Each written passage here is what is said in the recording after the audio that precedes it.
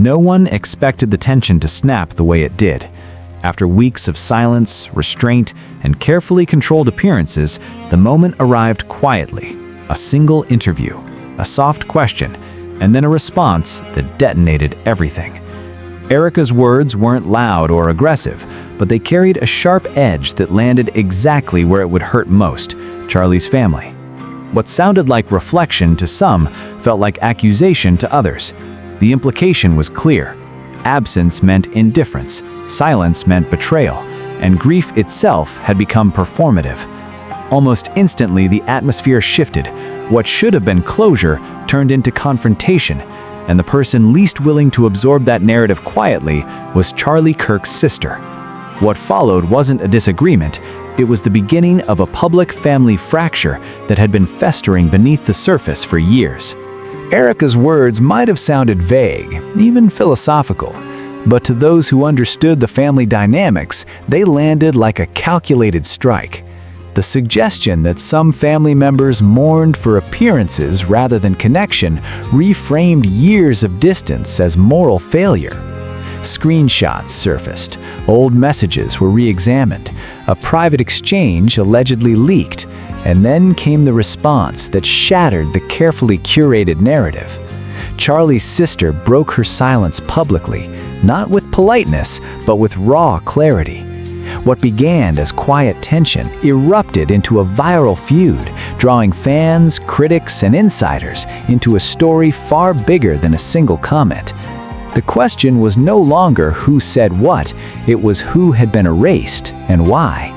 For years, Charlie Kirk's public image centered on faith, values, and family, yet the family itself remained largely invisible.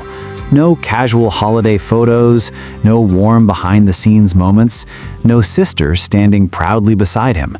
That absence wasn't accidental. It was strategic.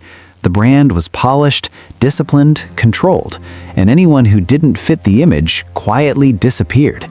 As Erika gradually re-emerged into the public eye, her framing of the past felt like liberation to some and revisionism to others, because what she didn't acknowledge was the reasons certain relationships went silent.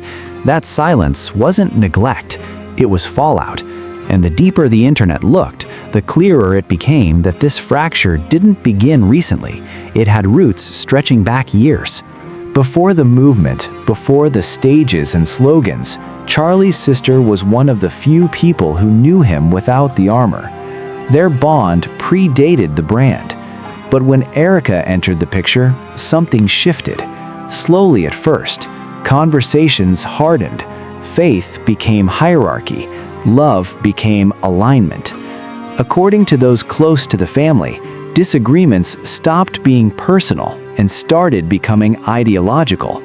The first major rupture came when Charlie skipped a milestone family event, citing obligations, but privately referencing optics. From that point on, access became conditional. Messages went unanswered. Attempts at reconciliation were redirected. And one final moment involving a family loss and a chilling response permanently severed the relationship. What reignited the fire wasn't just commentary, it was evidence. A voicemail resurfaced, one that stripped emotion from the equation entirely. Calm, controlled, deliberate. The message made one thing unmistakably clear.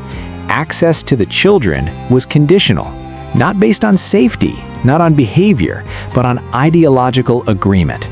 For many viewers, this was the turning point. The idea that family bonds could be suspended over philosophical disagreement felt deeply unsettling.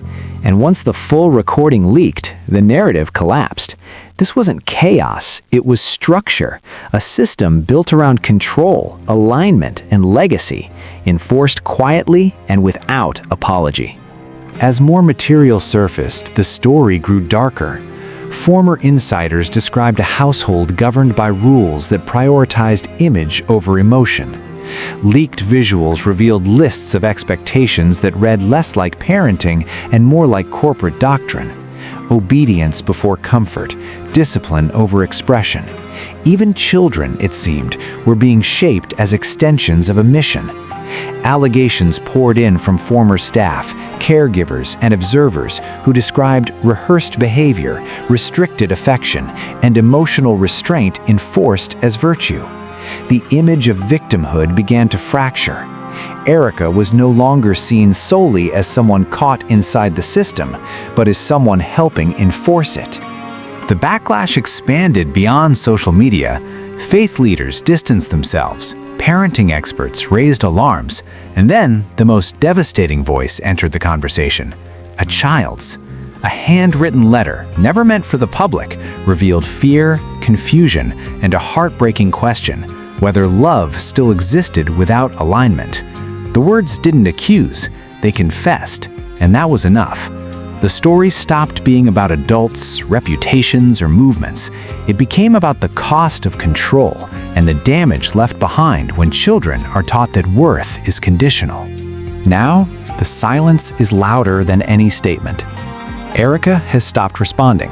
Charlie remains hidden. Legal motions are rumored. More files are said to exist. But the public conversation has shifted permanently. This is no longer internet drama.